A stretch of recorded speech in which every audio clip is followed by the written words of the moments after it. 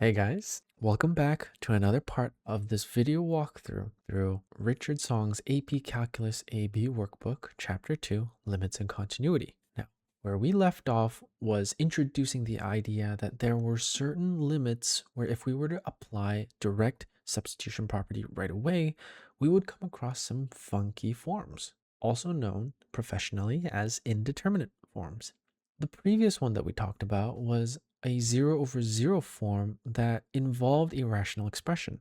But this time around, we want to work with another type of 0 over 0 indeterminate form that possesses radical expressions. Now, if we come across something like this, the two steps that we must take are to multiply the numerator and the denominator by the conjugate that is relevant. A quick review on what the term conjugate means is that if I have some polynomial or some expression in the form of a plus b, the conjugate of such thing is going to be a minus b, where the sign of the second term changes. And vice versa, a minus b, the conjugate of that would be a plus b.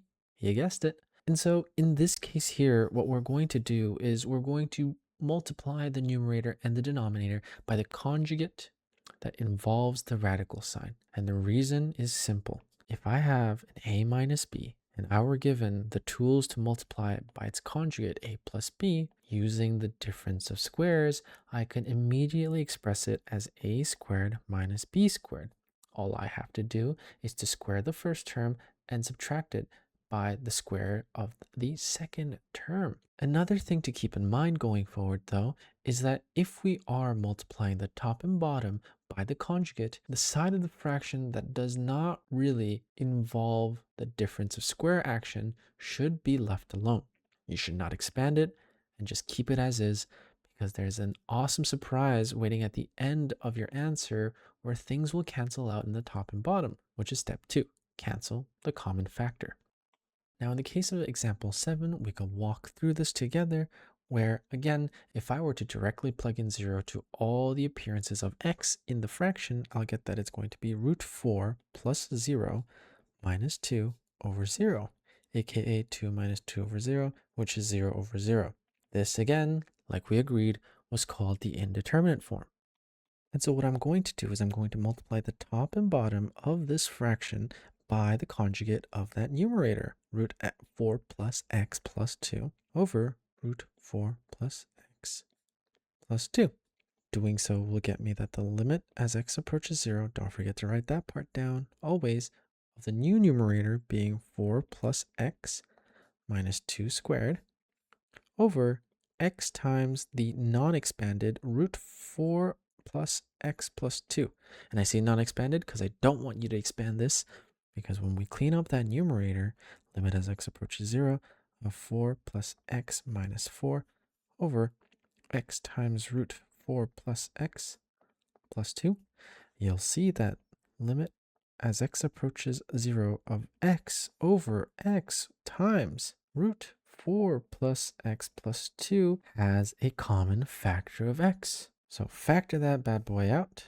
I'll get that the limit as x approaches 0 of 1 over, open bracket, 4 root 4 plus x plus 2 can now escape the grasp of an indeterminate form.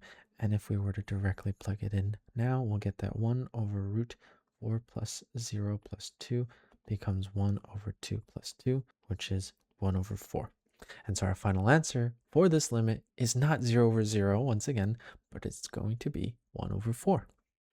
If we continue along and solve another question, such as this first exercise of exercise 8, limit as x approaches 9 of root x minus 3 over x minus 9, right away we recognize that if I were to plug in 9 into where the x's are, I get 3 minus 3 over 9 minus 9, which becomes 0 over 0, an indeterminate form. And therefore, I must immediately think to multiply the top and bottom by the conjugate root x plus 3. And doing so gets me that limit as x approaches 9 of the new numerator of x minus 3 squared, which is just 9, over x minus 9 times root x plus 3. Hold on now.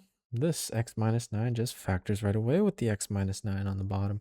And so we get that limit as x approaches 9 of 1 over root x plus 3. If directly subbed in now becomes 1 over root 9 plus 3, which is 1 over 3 plus 3, which is 1 over 6. Now, the next type of question to worry about is in this next exercise where, we are given fractions living inside a larger fraction. They have a name and it's called a complex fraction. But one of the things that we will learn to develop is a fear, a hatred for any expressions that are left like this. And so, as the yellow box explains, or maybe even if the question's already answered for you in your book, you'll see that we want to get rid of those first before we do anything else. We can check that it's an indeterminate form first, but the point of the matter is, if we want to proceed with solving this kind of limit, we need to get rid of the smaller fractions living inside the main fraction. And so in order to get rid of them, I'm going to multiply the numerator and the denominator by the least common denominator of the numerator.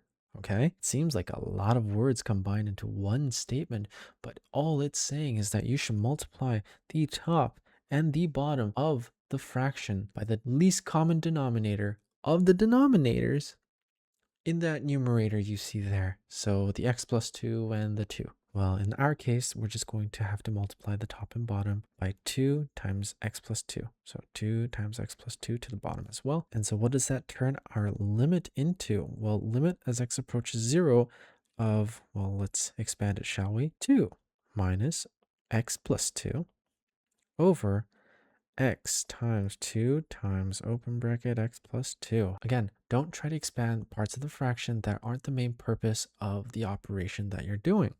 And so leave that denominator as is.